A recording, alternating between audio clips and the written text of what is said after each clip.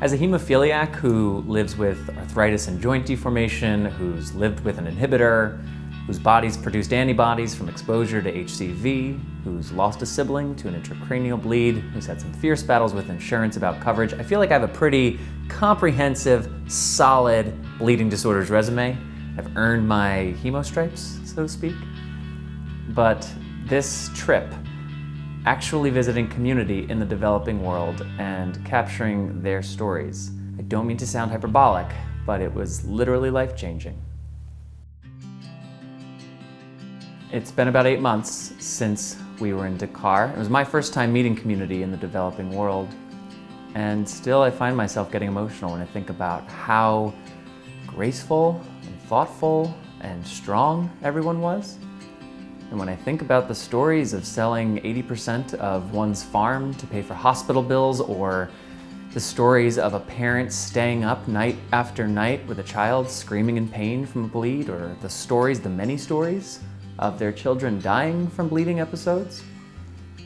It's one thing to read about the hardships of community in the developing world, or to hear about it from someone else. But it was another to hear from the people themselves, to capture their stories, and then to challenge myself to remain open to truly being affected by what I was hearing. To really sit with the reality that, biologically, I have the exact same condition as many of these individuals, more or less. And thanks to the randomness of birth, I'm empowered to live a full, vibrant, and productive life. Meanwhile, half the people born with my same diagnosis around the world don't see 10 years old. That is a disjointed reality to sit with.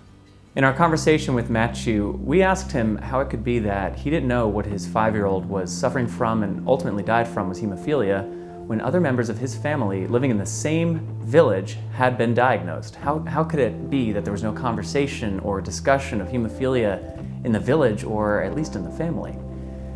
His thoughtful response was that we only pay attention to the mosquito once it bites us. If this series hasn't already made it abundantly clear, I will say it again. The disparity of care between the developed and developing world is enormous, and I think it is so important that we keep that front of mind, that until this enormous gap is bridged and treatment for all becomes a reality, because the treatments that are coming out, the advancements that have come or are emerging soon, they mean nothing to the vast majority of our world community, because they cannot access them. But now, thanks to the power of content, no one who's engaged with this series or who's watching this video right now can claim not to know about the mosquito. We have all been bit. We have all been called to care.